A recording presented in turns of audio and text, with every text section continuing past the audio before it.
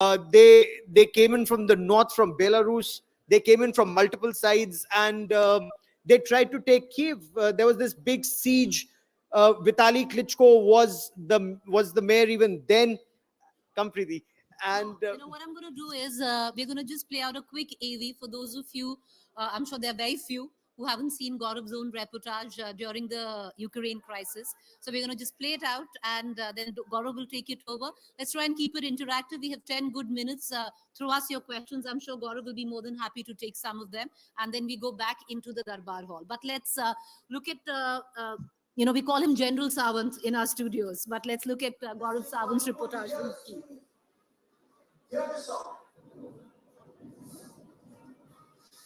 India's most watched war reporter.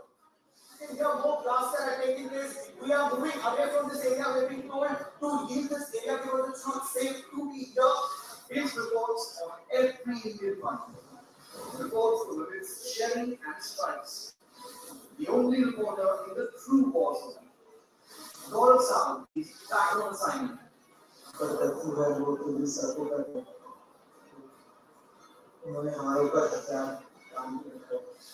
Across Poland and Ukraine, he's on duty.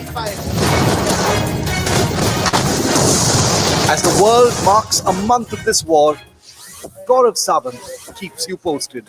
these are anti-tank mines. The Ukraine reporter every Indian is watching. India Today, no compromise. All right, so this was Gaurav's reportage. It's been a full year since the Ukraine war, Gaurav.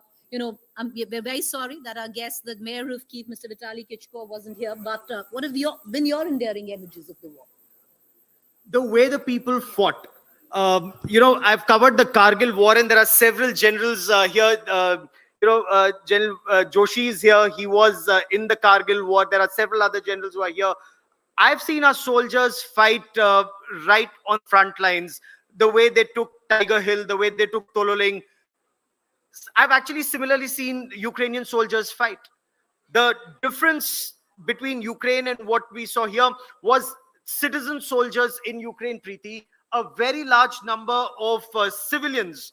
They may be software engineers, they may be school teachers, drivers, nurses, doctors. They were all at the front line with their weapons, with very basic training. In some instances, just 10 days of weapons training, and they were right there at the front lines, and the front lines kept changing. Very, very fluid front lines. Again, when we were in a place like Mariupol, which was very extensively shelled, those areas, Preeti, you had more civilians defending it than frontline soldiers who were actually trying to defend their borders and not the second line of defense. It's as close possibly that we've seen war, in a foreign country, Gaurav, through some of our reporters who were there. I'm sure we'll be joined by my colleague Geeta as well soon. But for those of you who have any questions for Gaurav that you want to ask, he spent a sizable time in Ukraine. We can make only this session, a little interactive. We have 10 minutes. But shoot on. Does anybody have any questions for Gaurav? Yeah, ma'am, go ahead. Go on, ma'am. We'll try and get a mic to you immediately. Just give us a moment. We'll try and get a mic to you.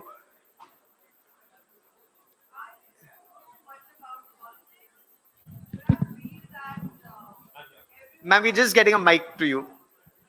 Everyone has their own agenda, as we common people are made to understand that it's these countries that are just trying to sell their weapons and they want the war to carry on. What's your take on it? Ma'am, right now, again, what perspective are we looking at? The Ukrainian perspective is that they're fighting for their security. They're fighting for their motherland. And I've seen that on ground. They are fighting to ensure that the Russians don't take over Kyiv. But is this a fight that the Americans are selling a lot of their military hardware? The industrial complex is making a lot of money, and there is no denying the fact, even as we speak right now. Why is it that the Ukrainians are very busy? There is a massive offensive that's about to start.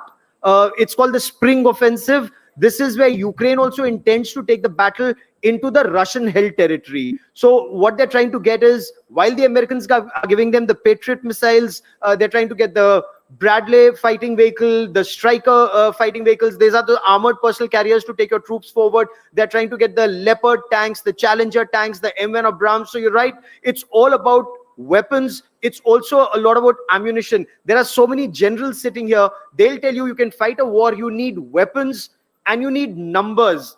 Numbers to last the war a period. Who would have thought that this war would last 1 year and longer? It's actually becoming an endless war.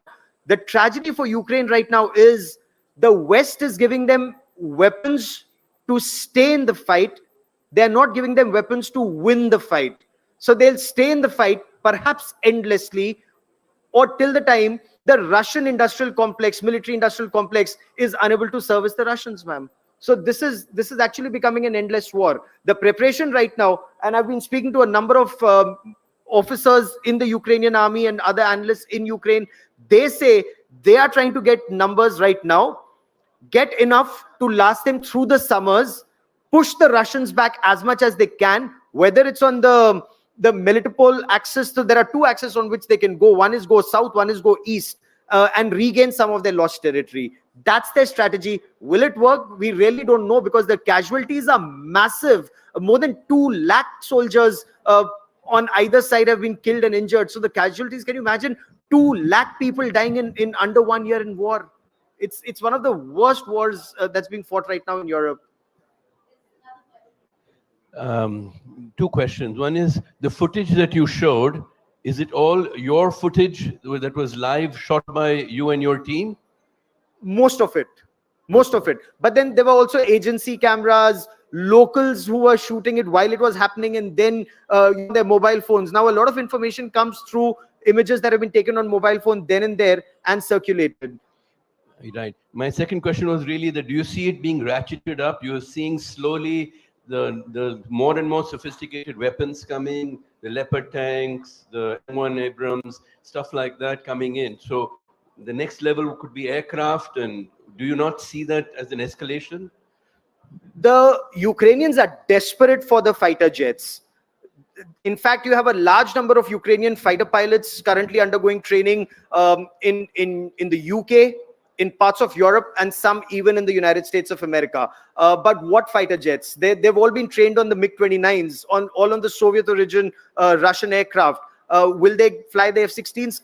Clearly not right now.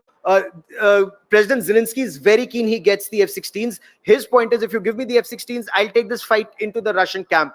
But the Americans are not giving him the F-16s. When you talk to any Ukrainian officer, any Ukrainian political leader, member of parliament, they say, give us longer range weapons, we'll take this fight and we'll regain the territory lost in Donbass region. We'll retake even Crimea. They want to retake Crimea. Can that actually happen?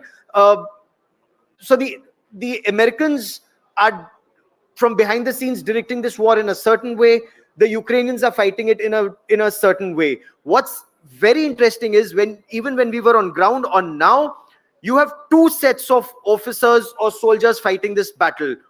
Those who've been trained in the Soviet era, those who fight the battle like the Russians, and those who've been trained by the NATO forces post 2014, much smaller units, more agile, able to hit behind enemy lines.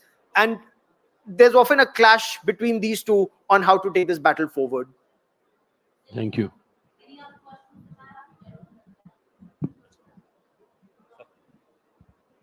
How much influence do you think the Chinese aid to Russia would have on this war?